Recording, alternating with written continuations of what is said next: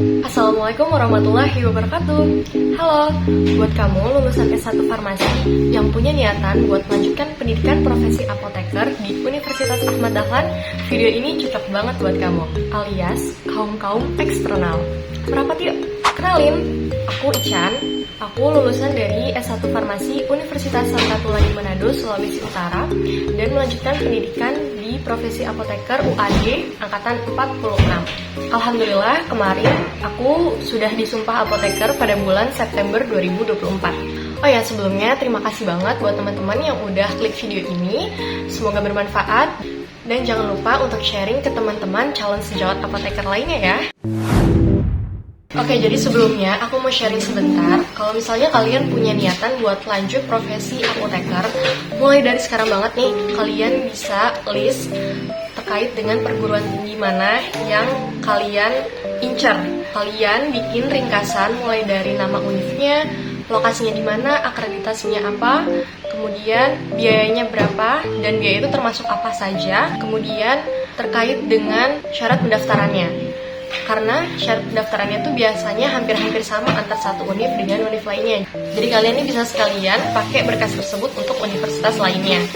Nah, kemudian jangan lupa juga kalian harus cari tahu kapan sih universitas tersebut buka pendaftaran, apalagi buat yang eksternal. Karena biasanya ada yang 1 tahun itu 2 kali buka pendaftaran, atau ada yang sampai 3 sampai 4 kali. Itu kalian harus kepoin aja websitenya ataupun Instagramnya. Nanti setelah kalian dapat ringkasan tersebut, kalian bisa bikin perankingan mana universitas yang pertama kali buka pendaftaran. Dan di situ kalian bisa udah mulai fokus buat belajar dan persiapan masuk apoteker. Kalian bisa lihat di websitenya, di IG-nya. Jadi langsung aja kalian cari PMB UAD. Nah, terus klik yang paling pertama ke titik 3 di sini. Cari program studi profesi. Nah, terus kalian scroll ke bawah. Di sini kan ada tulisan jalur seleksi. Kalian cari yang program profesi. Udah. Nah, ini profesinya udah muncul semua. Langsung kita klik profesi apoteker. Nah, di sini infonya udah lengkap dan jelas banget terkait berkas pendaftaran, jadwal pendaftaran, terus informasi biaya pendidikan, prosedur pendaftaran, dan registrasi ulangnya. Kalian scroll aja sampai bawah. Yang pertama yang perlu disiapkan adalah scan ijazah S1 asli. Jadi untuk eksternal itu hanya boleh pakai ijazah, nggak bisa pakai SKL. Kemudian yang kedua, scan transkrip nilai, yang dimana ini juga harus asli. Tips buat teman-teman, kalau misalnya kalian berkuliah S1-nya jauh di luar kota, jauh juga sama domisili kalian, biar misalnya nggak bolak-balik, nanti ijazah sama transkrip kalian itu kalian legalisir sebanyak kurang lebih 10 lembar kalau aku. Selain itu juga kalian legalisir terkait dengan akreditasi program studi maupun akreditasi universitas. Karena di beberapa universitas itu diperlukan dokumen tersebut. Kalau di UAD sih enggak. Yang ketiga adalah scan sertifikat TOEFL, yang dimana minimal skor 450 dari ADLC UAD yang masih berlaku. Kalian klik ADLC UAD, ADEP online. Nah, di sini ada ketentuan harganya, karena kita masih belum jadi mahasiswa, jadi termasuk publik, yakni 100.000. Terus untuk waktunya itu dari jam 9 sampai jam setengah 12. Ini dibuka setiap Rabu dan Jumat. Nah, ini ada rules-nya, nanti kalian pahami. Terus bagi kalian yang belum punya akunnya sama sekali dan masih bersifat publik, kalian tinggal WA ke nomor yang di poin ketiga itu. Terus lakukan registrasi dan payment dan seterusnya. Kurang lebih hasilnya akan muncul 1 minggu setelah tes, dan kalian nanti akan di-email. Dan bisa lihat juga di sebelah sini, ini ada keterangan skor-skornya. Misalkan kalian tes di tanggal 25 Oktober kemarin, nah ini nanti keluar skornya. Tinggal cari nama kalian. Biasanya skor yang di sini lebih cepat keluarnya dibanding yang di email. Kalau di email itu udah sekalian sama sertifikat. Nah, untuk sertifikat TOEFL ini berlakunya 1 tahun dan juga hanya berlaku di lingkup UAD aja. Belum bisa dipakai untuk di luar UAD, kecuali kalau memang tidak ada syarat khusus dari instansi tersebut. Karena biasanya kalau di univ lain yang memerlukan sertifikat TOEFL itu harus TOEFL ITP, dan itu nggak bisa pakai yang punya UAD ini. Kalau teman-teman skor TOEFL-nya ini masih di bawah 450, itu masih bisa diulang kembali, tentunya dengan membayar lagi untuk pendaftarannya sampai nilai kalian tuh di atas 450. Saranku juga kalian bisa segera daftar untuk tes TOEFL ini, karena jarak untuk dapetin hasil sertifikatnya itu sekitar seminggu, dan juga kuotanya ini terbatas. Selanjutnya foto berwarna, JPG ukuran maksimal 1 MB. Nah, untuk berwarna di sini nggak dijelasin mau background biru atau background merah, jadi terserah kalian, bebas aja. Kemarin aku pakai background biru. Yang kelima adalah foto bukti pembayaran pendaftaran. Jadi untuk prosedur pendaftarannya, nah yang selanjutnya adalah surat keterangan sehat jasmani, tidak buta warna, dan bebas narkoba. Jadi untuk surat keterangan tiga-tiganya ini tidak dipersyaratkan harus di rumah sakit atau di puskesmas atau di klinik. Tapi aku waktu itu ngerjainnya di rumah sakit RSUD Kota Bekasi. Ketiga-tiganya ini bisa dilakukan secara langsung pada hari yang sama. Kalau teman-teman mau lakuinnya di puskesmas sepertinya tidak apa-apa karena memang tidak dipersyaratkan harus di mana fasilitas kesehatannya. Surat keterangan sehat jiwa, tes dilakukan oleh dokter yang ditunjuk PSPA UAD. Nah, jadi terkait dengan kesehatan jiwa ini merupakan serangkaian dari proses tes yang berkasnya itu harus disertakan di pendaftaran. Prosedur tersendiri yang bisa dilihat di IG-nya di sini informasinya. Di sini tanggal 9 Novembernya itu tes online. Tesnya itu kalau aku kemarin dan di angkatan 48 terakhir secara pakai Google Form yang dimana nanti kita menjawab pertanyaan seputar dengan psikologi seperti iya dan tidak. Contoh soalnya, apakah Anda lebih suka belajar dengan musik atau dalam ruangan yang hening? Terus jawabannya nanti iya tidak gitu. Kurang lebih ada 60-an soal. Nah, selanjutnya di sini ada proses wawancara di tanggal 10 Novembernya yang dimana ini teman-teman harus banget datang di Jogja karena memang ini offline. Nah, wawancaranya itu gimana?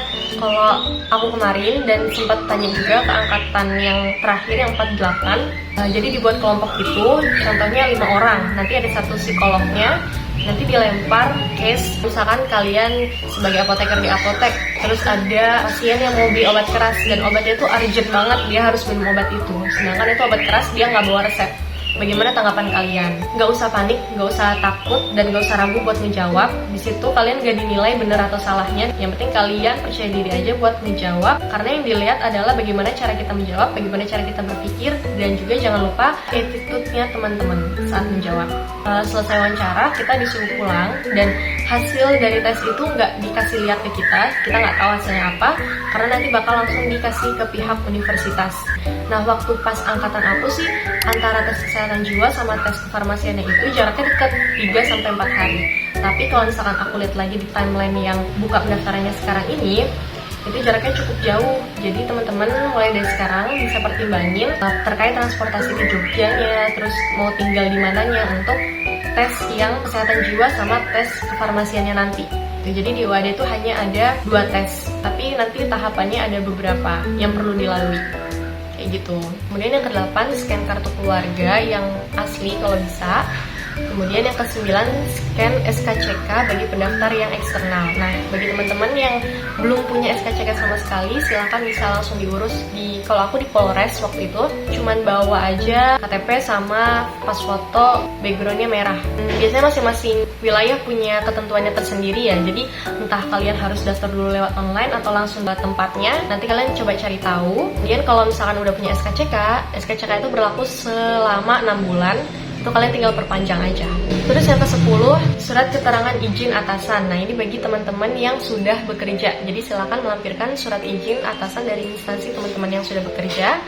Yang ke-11, surat keterangan bermaterai untuk kesanggupan pelunasan biaya. Nanti kalian tinggal download di link ini, di print, terus kasih materai, terus kalian tanda tangan. Selain itu juga mungkin ada pertanyaan terkait dengan ada nggak sih batas IPK? Itu nggak ada ya teman-teman. Kalau di websitenya memang tidak dijelaskan IPK S1-nya harus minimal berapa, nggak ada. Itu jadi silakan aja percaya diri untuk mendaftar, karena insya Allah kalau rezekinya teman-teman itu pasti akan dimudahkan. Apakah harus akreditasi universitas sebelumnya harus A, kan di website juga nggak dijelasin harus apa. Jadi terserah, boleh semua akreditasi, kalian percaya diri aja untuk daftar. Kalau aku sendiri kemarin akreditasi program studi aku juga masih B, tapi kalau universitasnya sudah A. Untuk teman-teman yang bukan muslim, karena mungkin orang taunya UAD ini base-nya muslim banget ya, Universitas Ahmad Dahlan, dan base-nya Muhammadiyah. Tapi kalau untuk teman-teman yang non-muslim, itu silakan bisa mendaftar. Karena ada juga kakak tingkat aku yang angkatan 44 nggak wajib pakai kerudung. Terus juga jangan khawatir, yang nonis disuruh baca Quran nggak, disuruh ngapalin surat nggak, itu enggak ya, nggak ada sama sekali. Kalaupun terkait dengan mata kuliah yang berhubungan dengan agama itu ada di blok 6 mata kuliah Kemuhammadiyahan dan Etika Profesi. Tapi itu hanya sekedar teori aja teman-teman, bukan yang praktikal.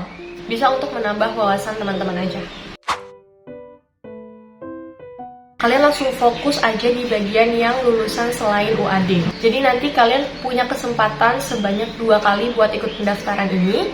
Kalau misalnya kalian ikut di gelombang pertama, terus kalian nggak lolos di gelombang pertama, kalian bisa lanjut ikut gelombang kedua tanpa tes kejiwaan lagi, tapi harus bayar pendaftarannya 350.000 tadi. Tapi kalau misalnya kalian ikut di gelombang pertama dan sudah lulus, ya alhamdulillah. Tapi kalau kalian juga mau langsung ikut di gelombang kedua aja, nggak ikut gelombang pertama, itu juga boleh. Jadi pendaftaran itu maksudnya adalah masukin berkas-berkas secara online, dan kemudian untuk ujian masuknya itu mulai di tanggal 3 Desember 2024. Nah ini yang tadi aku bilang, jarak antara tes kesehatan jiwa sama ujian online kefarmasiannya itu tuh jauh. Teman-teman bisa diperhatiin lagi untuk bagaimana transportasi dan tempat tinggalnya. Di sini kalian juga harus perhatiin secara cermat. Jadi pendaftarannya itu dimulai tanggal 25 sampai 30. Sedangkan tes kejiwaannya itu sudah mulai tanggal 9 sampai 10. Jadi memang tes kejiwaan itu lebih cepat dibanding dengan proses pendaftaran masuk PSPA-nya. Jadi WADE itu buka 2 periode, November-Desember sama bulan Mei-Juni. Kita next. Jadi untuk ujian masuknya, teman-teman itu bakal diuji sama sistem CBT atau sistem komputer sebanyak 200 soal selama 200 menit. Materinya itu terkait farmasi yang merujuk ke UKAI, klinis, farmasi industri, formulasi, analisis kimia, kimia struktur, terus kimia herbal, senyawa-senyawa flavonoid, yang kayak gitu-gitu, perhitungan manajerial farmasi, terus kapan kita nge-order lagi, manajerial di apotek. Hampir semua materi kefarmasian itu muncul. Terkait teknisnya itu, biasanya bakal dikasih kertas coret-coretan, pensil itu bakal langsung disediain sama pihak UNIF. Lagi teman-teman harus belajar terkait dengan cara menggunakan kalkulator di PC. Mungkin hitung-hitungannya sederhana ya, tambah kali bagi kurang, tapi kalian juga setidaknya tahu di mana letak-letak tombol-tombol tersebut. Ini ada tahap wawancara lulusan selain UAD. Nah, ini merupakan tahap yang baru karena waktu angkatan aku dan yang paling terakhir angkatan 48 itu belum ada terkait wawancara ini. Wawancara hanya pada saat tes kesehatan jiwa. Mungkin sistemnya ya, karena dia tanggalnya juga berbeda dengan tanggal ujian. Jadi sepertinya akan ada penyaringan lagi setelah ujian dinyatakan lulus, kemudian ikut wawancara dulu, nanti kalau wawancara ada pernyataan lulus atau tidaknya lagi. Terkait dengan materi wawancaranya, aku nggak tahu pasti bakal kayak gimana, tapi berdasarkan teman-temanku lainnya di universitas selain UAD yang ada tahap wawancara juga, itu bakal ditanya terkait dengan kegiatan selama S1. Apa saja yang dipelajari, kemudian mungkin akan dikulik sedikit terkait dengan skripsi yang kalian kerjakan, kemudian ditanya terkait dengan pengetahuan alat laboratorium, kemudian aktivitas organisasi selama kuliah itu apa saja. Jadi yang penting kalian percaya diri aja, jawab dengan jujur. Nah, ini pengumumannya nanti bisa lihat di akun masing-masing. Semoga pas kalian buka pengumuman itu sudah dinyatakan lulus sebagai mahasiswa profesi apoteker ya teman-teman, amin. Nah kemudian untuk yang gelombang kedua, kalian udah nggak perlu tes kejiwaan lagi, karena tes kesehatan jiwa itu sudah yang pertama kali kalian lakukan di tanggal 9 dan 10 November itu tuh udah masuk datanya semua ke UNIF gitu. Jadi kalian tinggal lakukan proses pendaftaran aja dengan membayar 350.000 tadi. Dan untuk berkas-berkas lainnya, menurut aku pribadi nggak apa-apa itu dipakai lagi aja, nggak usah tes yang baru, karena kan masih dalam satu periode yang sama. Teman-teman bisa stay tune aja di Instagram SPPA UAD, atau mungkin nanti bakal diinfokan secara langsung.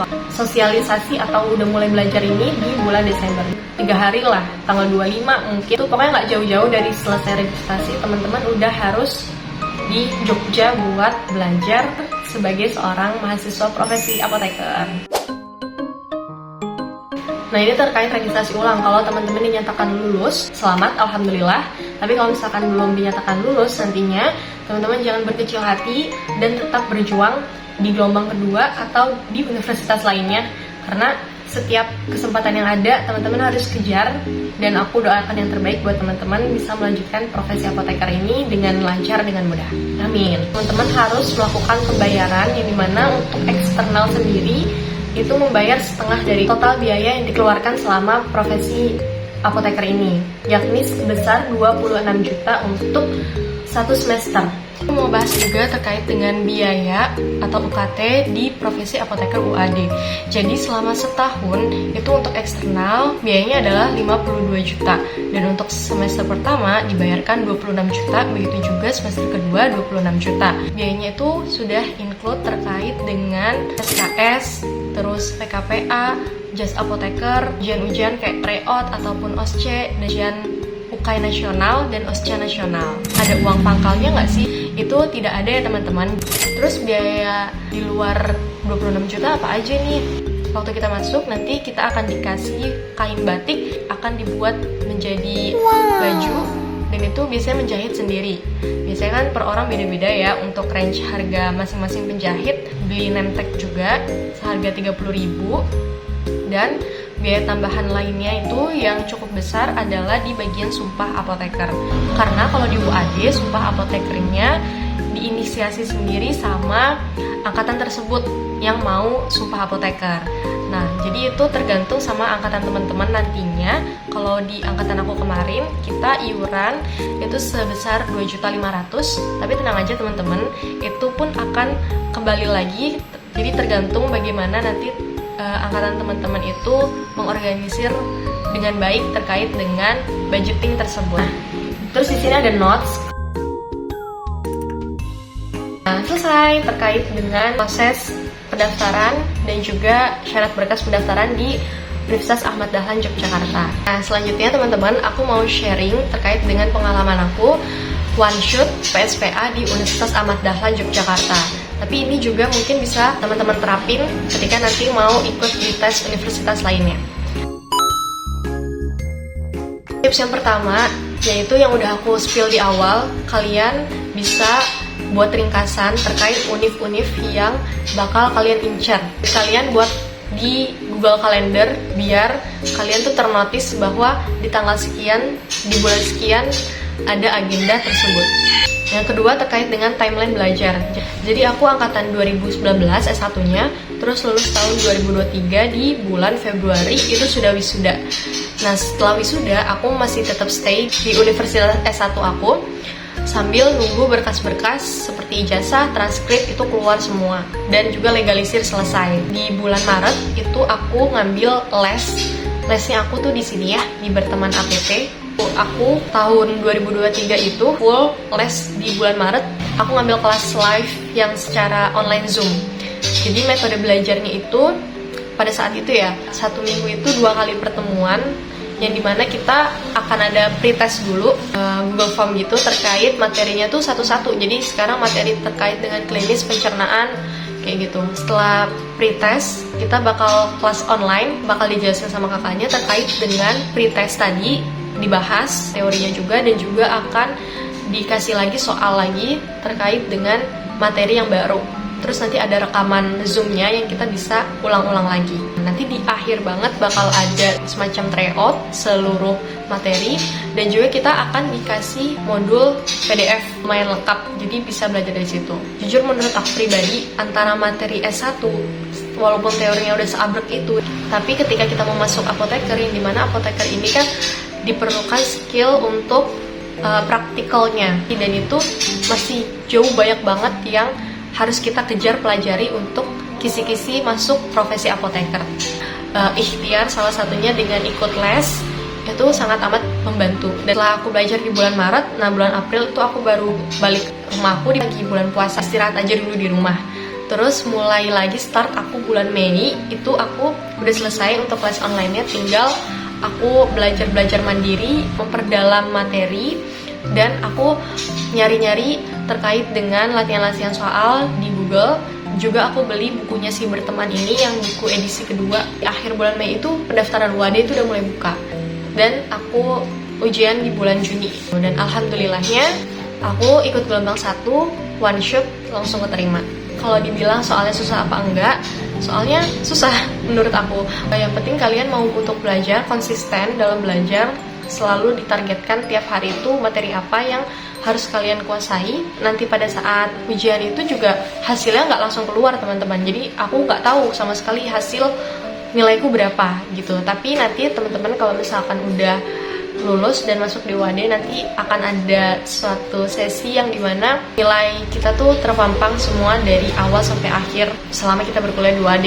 Dan di situ aku bertahu ternyata nilai aku dan nilai teman-temanku yang eksternal lainnya itu maupun yang internal pun itu bisa dibilang masih jauh banget di standar kelulusan UKAI. Jangan khawatir karena memang kemampuan kita pada saat masih fresh graduate farmasi gitu kan jauh beda banget, dan insya Allah itu akan meningkat kemampuan kita selama kita berproses di program profesi tersebut. Tips selanjutnya adalah minta doa restu sama orang tua. Kalian sampaikan ke orang tua bahwa kalian mau lanjut profesi apoteker, di mana tempatnya, biayanya berapa, seluruhnya. Karena teman-teman, segala apapun yang diridhoi oleh orang tua itu hasilnya akan lancar, mengalir, dan begitu indah. Asik. Tips selanjutnya adalah, jadi kalau di form UAD itu ada isian untuk masukin daftar prestasi yang pernah dimiliki selama S1. Itu silakan kalian masukin aja seluruh prestasi yang kalian punya, baik akademik maupun non-akademik, kepanitiaan, menjadi asisten laboratorium, karena itu bisa menjadi salah satu pertimbangan bagi sebuah universitas untuk meloloskan kalian. Jadi untuk teman-teman juga yang masih merintis sebagai mahasiswa S1 farmasi, sebisa mungkin teman-teman menjadi mahasiswa yang aktif. Pokoknya hal segala macam selain tentang belajar, kalian punya nilai lainnya. Dikencengin jalur langit alias berdoa, meminta pada Yang Maha Kuasa, mohon untuk diberikan petunjuk baik mana jalan yang terbaik. Kalau misalkan memang belum lolos sekali coba di universitas yang kalian mau, jangan berkecil hati. Dan seperti yang aku bilang, kita punya list timeline, saya harus mengejar universitas lainnya. Selama kalian merasakan kegagalan, ada baiknya juga kalian membantu orang lain. Ada doa-doa dari orang-orang yang sayang sama kita, itu diijabah sama Allah. Karena kita nggak tahu doa mana yang bisa tembus. Semangat untuk teman-teman yang mau melanjutkan pendidikan di profesi apoteker. Semoga segala impian, cita-cita bisa terwujud dan bisa menjadi apoteker kompeten yang berguna untuk masyarakat sekitar, yang berguna untuk keluarga, dan untuk masa depan nanti. Semoga kita semua menjadi orang yang sukses teman-teman. Ditunggu teman-teman menjadi sejawat apoteker. Bye-bye.